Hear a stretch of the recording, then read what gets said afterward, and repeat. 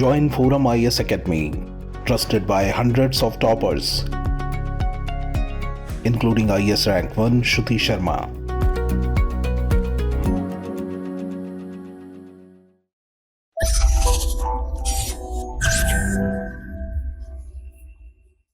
Hello and welcome to ForumIAS. Today is 22nd July 2023 and these are all the articles that we are going to see today. The first article is about the Sri Lankan President's visit to India. Mr. Ranil Wickremesinghe visited New Delhi, and in the bylines of that, certain decisions were taken by the Indian government, certain exhortations were given to the Sri Lankan government by the Indian government, and certain cooperation agreements were also signed between the both governments. We will see what it is one by one. India expects Sri Lanka to implement the 13th Amendment and ensure a life of dignity and respect for its Tamil population. What is this 13th Amendment related to? 13th Amendment is the amendment to the Sri Lankan Constitution, and it is related to the political autonomy. It is related to political rights of Tamil people. So it is related to holding provincial council elections in the Tamil dominated areas. Then there will be a development assistance package for Tamils of Indian origin. The Tamils of Indian origin are distinct from Sri Lankan Tamils. These Tamils of Indian origin went from India to Sri Lanka during the British period. But the Sri Lankan Tamils are those who have been living there from time immemorial. So these Tamil people of Indian origin, it has been nearly 200 years since they were taken to Sri Lanka as indentured labourers. Indentured labourers. Indentured labourers are those labourers who are taken from one country to another country, and they have to work in order to cover the costs of them migrating from one country to another country. Like that, Indians were taken to South Africa, Indians were taken to Malaysia, Indians were taken to Sri Lanka. So this is called as indentured labour system, and it has been 200 years since Indian Tamils migrated to Sri Lanka as indentured labourers. And these class of Tamils, they are poorer and socially disadvantaged than Sri Lankan Tamils. So, India is giving a development assistance package for the Tamils of Indian origin. And there is a MOU, that is Memorandum of Understanding on Trincomalee. So, here you can see on the map where Trincomalee is located. It is located on the eastern coast of Sri Lanka. There is a MOU, and it is envisaged that Trincomalee and the nearby areas, they will be developed as a regional hub for industry, energy, including renewable energy. And also there has been an agreement between Lanka Pay and ECI International so that UPI can be accepted in Sri Lanka. Already we have a UPI Pay Now linkage with Singapore.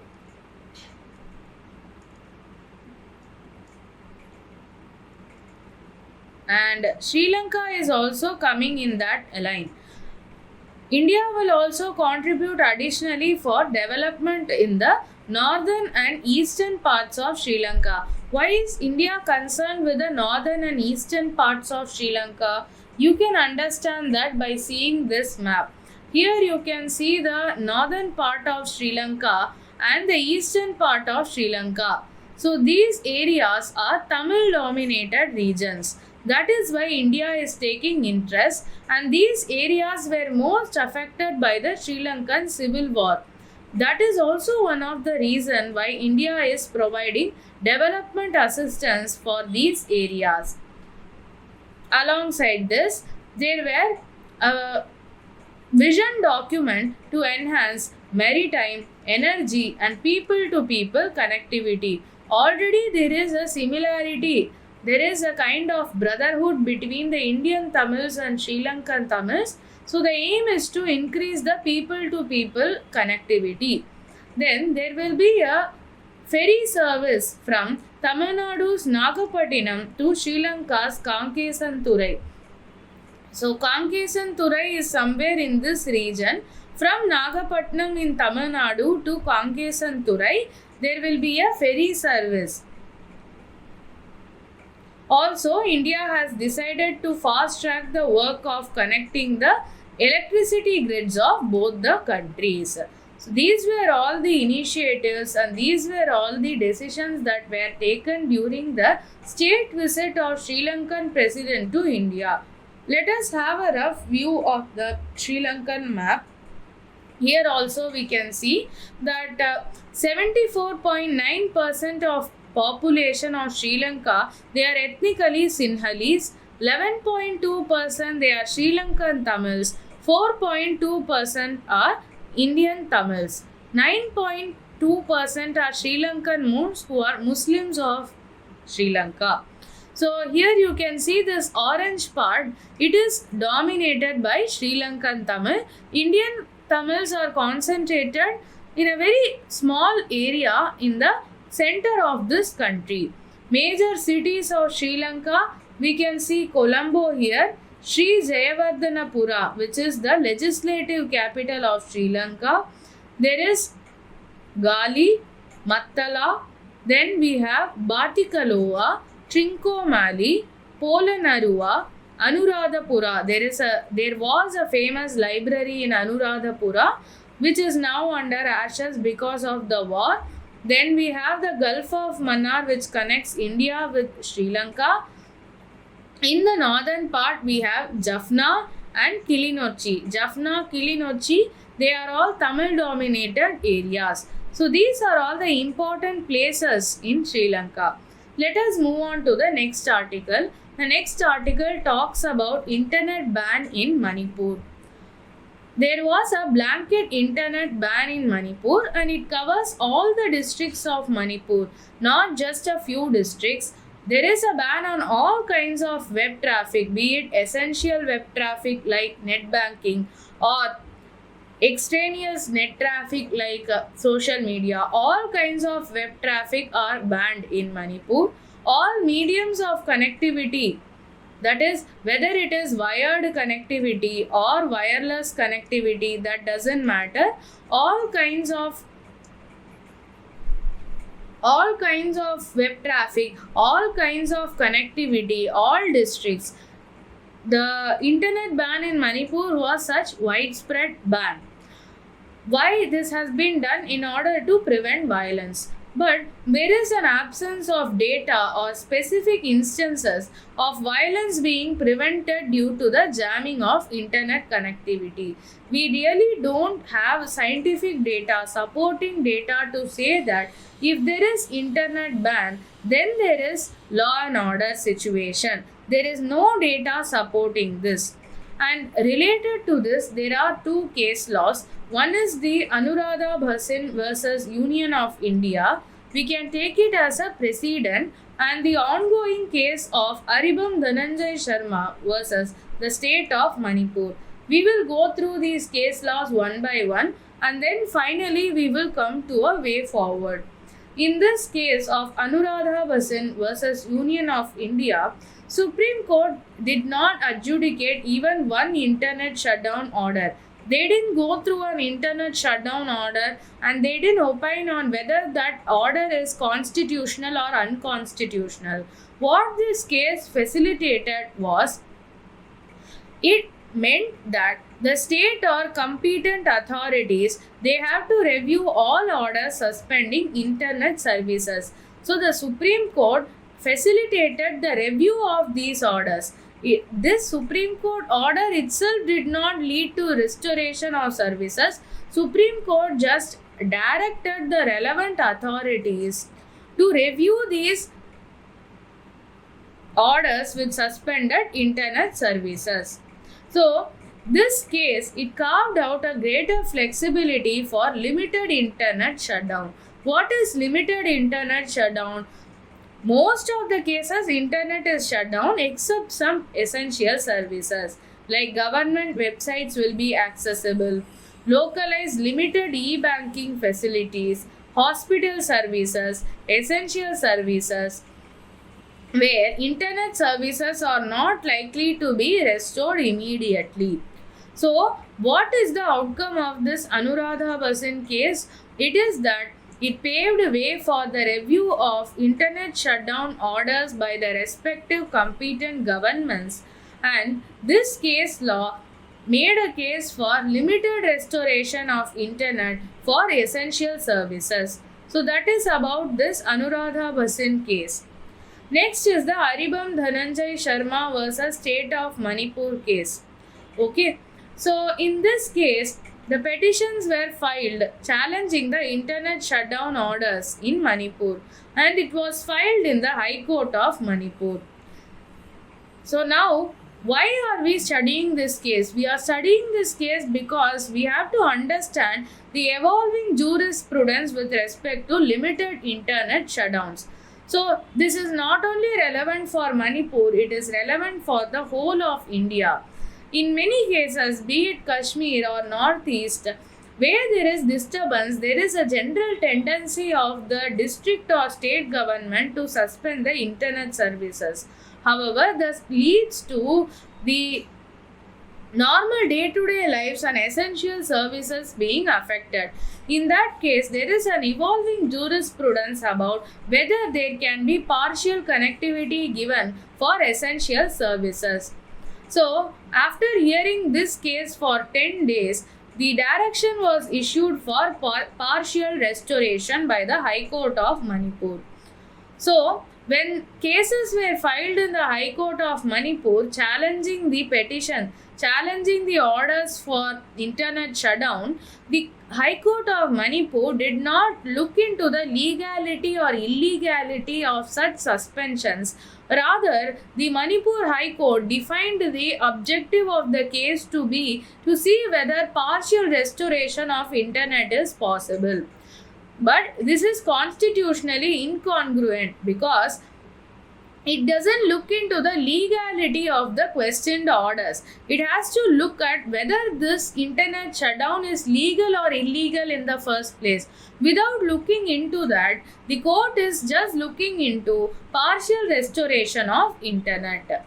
Okay. So, the court directed that there will be professional access for leased lines. Leased lines are those lines which are used by the public departments, government departments and corporate offices, and wired lines.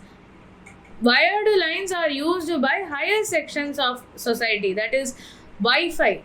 Mostly, Wi-Fi access is not there in every household. Most of the people in India access internet through mobile.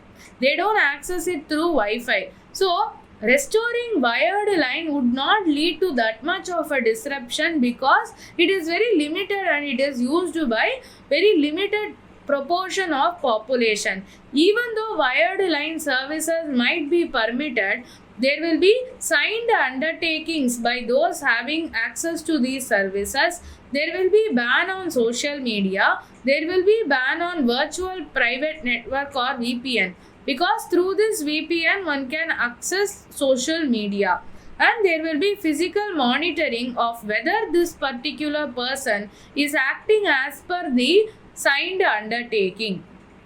And there will be a technical trial for whitelisting of mobile internet determined by the Home Department. Home Department will look into the possibility of restoring mobile internet also.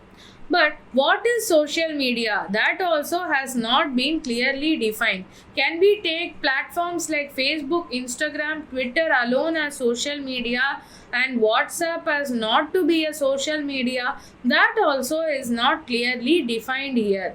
So what is the crux of the matter in this 𝐒𝐻𝐵𝐻𝐵 Sharma versus State of Manipur is that the court is looking into partial restoration of internet services for public and private offices and limited connectivity excluding social media for other wired connections and the feasibility of wireless, that is mobile internet also. So this is the learning from this case, but we will see how this jurisprudence is evolving with time. Now, what is the way forward here?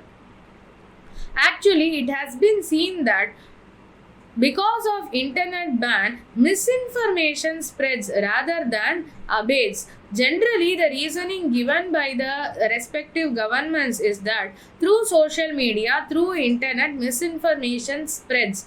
But rather, if there is shutdown of internet, then only misinformation spreads even faster because there is no mechanism to verify the veracity of such a claim.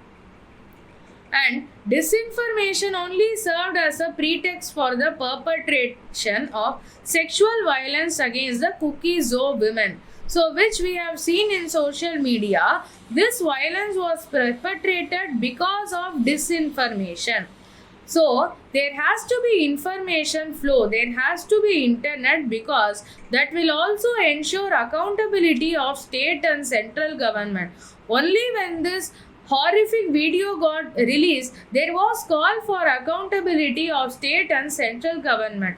Until then, this was largely unknown to most of the population of India. Only when a little bit of information came through, then only there was demand for accountability. This itself has a strong case for restoring internet anywhere that is disturbed, because there are going to be some kind of breach of boundaries, breach of control, breach of social norms, which will come to the light only if there is social media. So that is the conclusion of this article.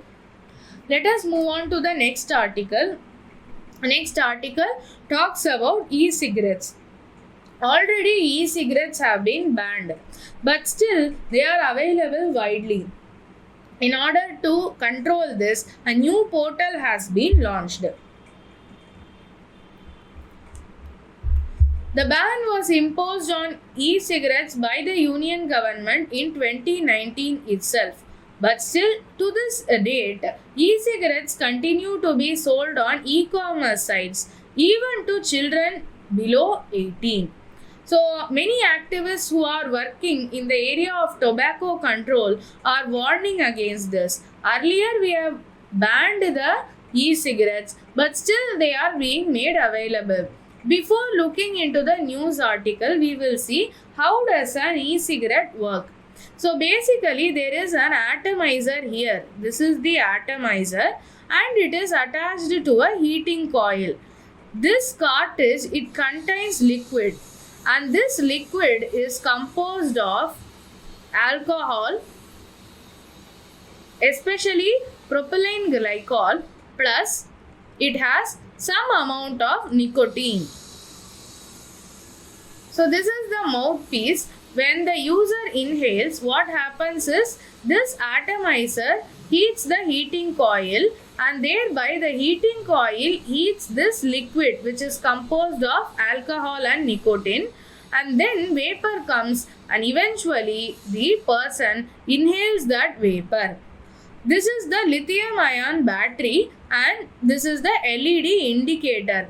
Whenever there is a drag that is taken, whenever the user of this e-cigarette inhales, firstly the vapor that is produced by evaporation of this liquid goes inside. This LED also will glow.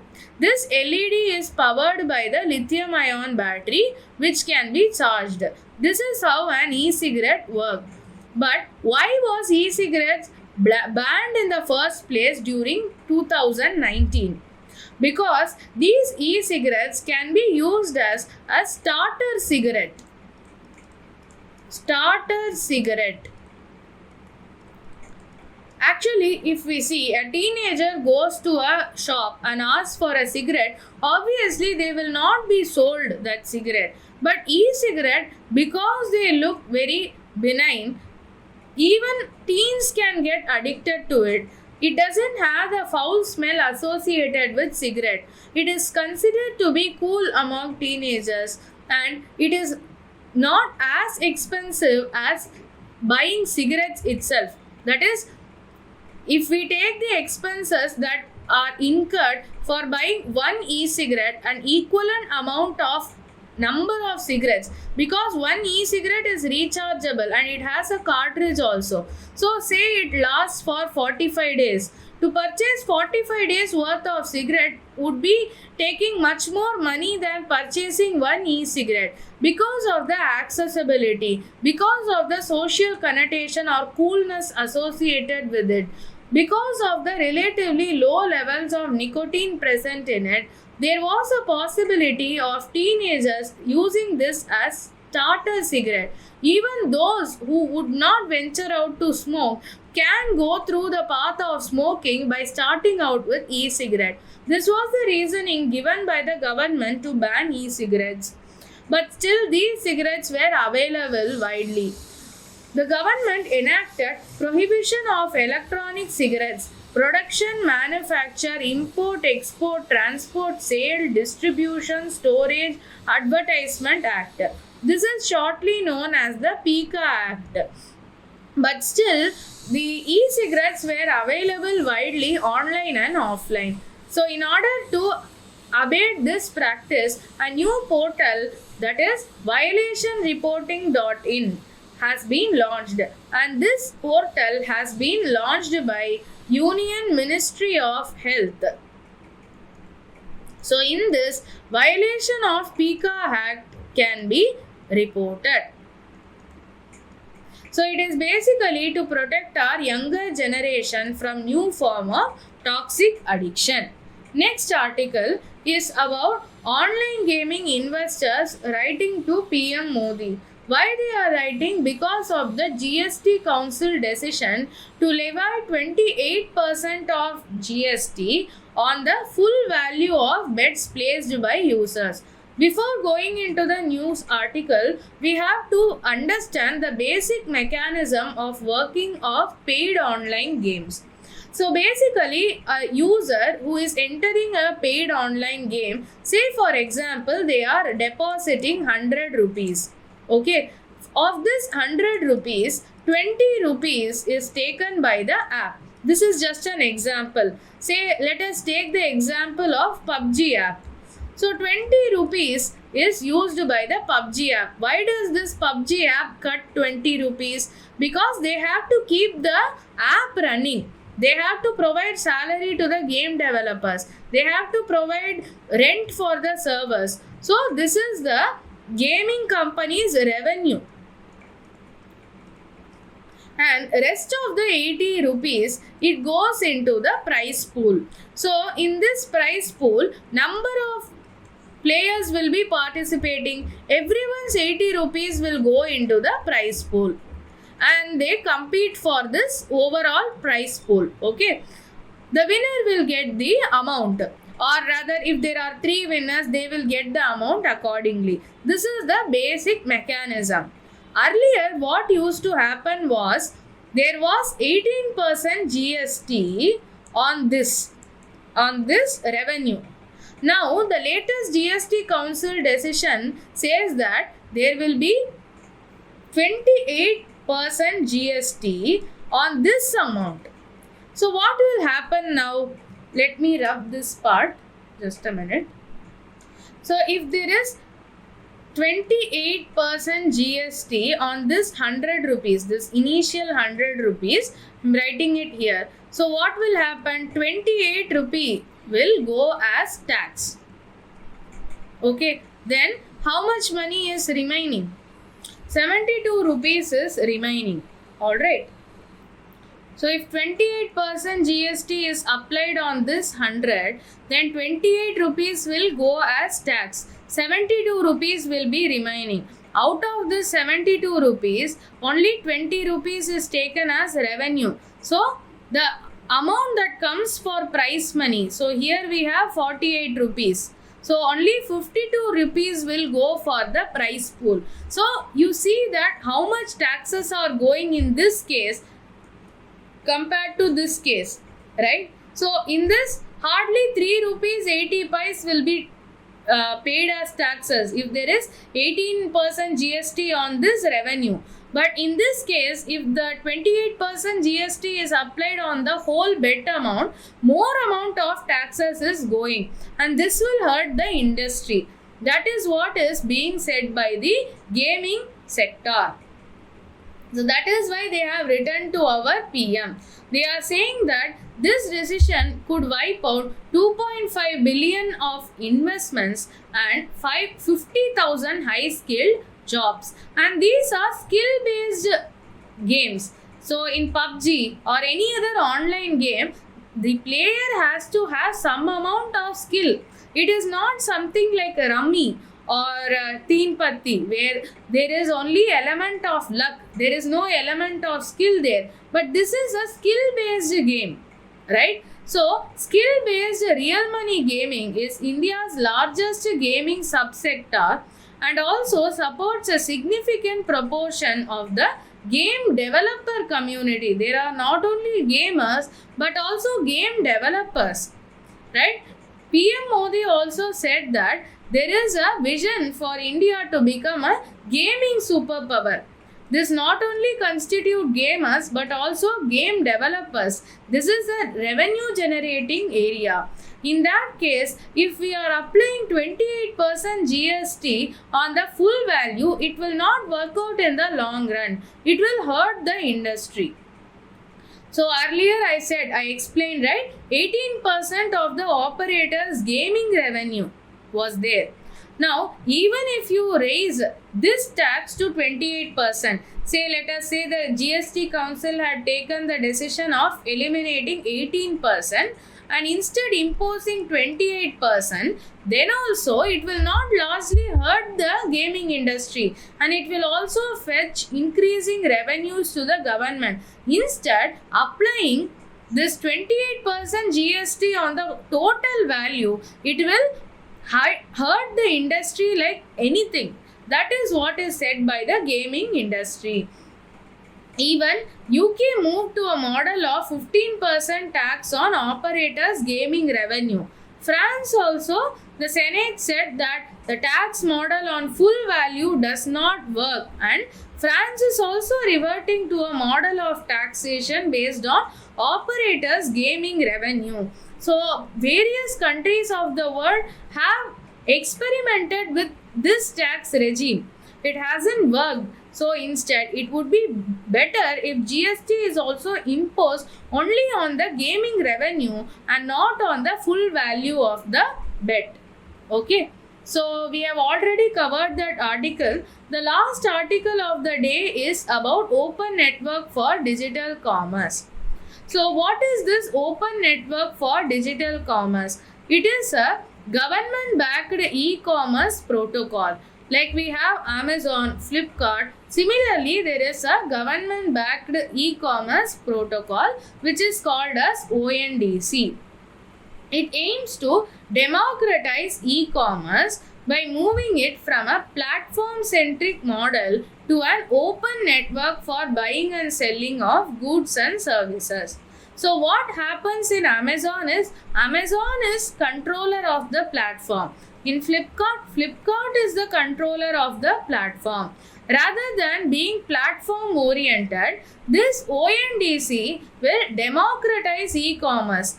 Earlier, what used to happen in banking? When you are a customer of HDFC Bank, you can send money from that HDFC Bank app only. You can't send through ICICI Bank's app. But today with UPI, you can send money from any bank's UPI app, regardless of whether you have the account in that banks or not. Okay, if you are a customer of Axis Bank but you like the UPI platform of HDFC Bank, you can very well use that. So that is democratizing of payments, which already happened through UPI. Now similar thing is being affected, it is being coming into effect in e-commerce as well. That is ONDC. ONDC is a freely accessible government-backed platform that aims to democratize e-commerce by moving it from platform-centric model to open network. So, a buyer registered on one participating e-commerce site may purchase goods from seller on another participating e-commerce site. Whether I am in Flipkart or Amazon, I need to create only one single account and I can buy from any of these websites rather than registering individually on all these websites. So it democratizes e-commerce. Okay. It is a not-for-profit organization. It is backed by the government, and it will also offer a network to enable local digital commerce stores across industries to be discovered and engaged by any network-enabled applications. Say for example, there is this company called as EatFit. It is there. It is a real company. So this is a digital commerce store.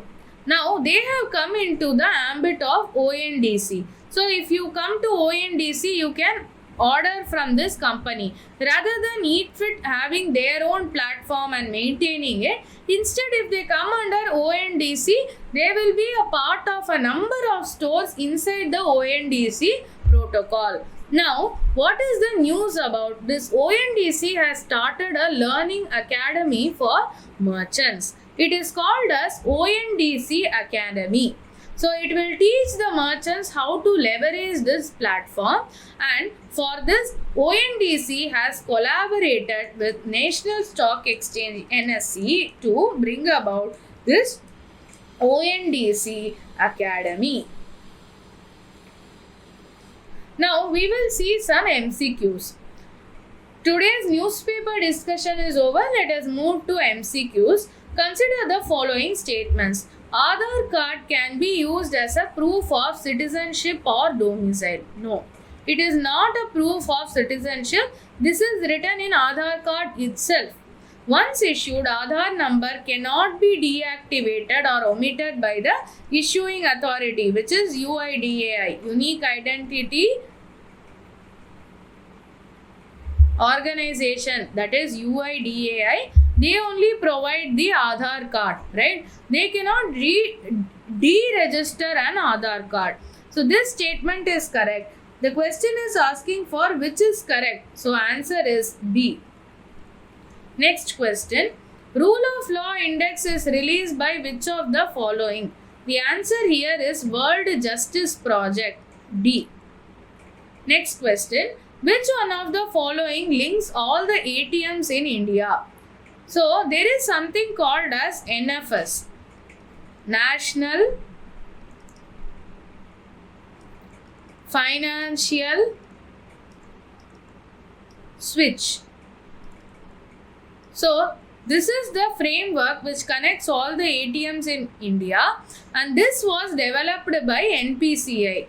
Okay, so the answer is NPCI. It is not Indian Banks Association, it is not NSDL, it is not RBI, it is by NPCI.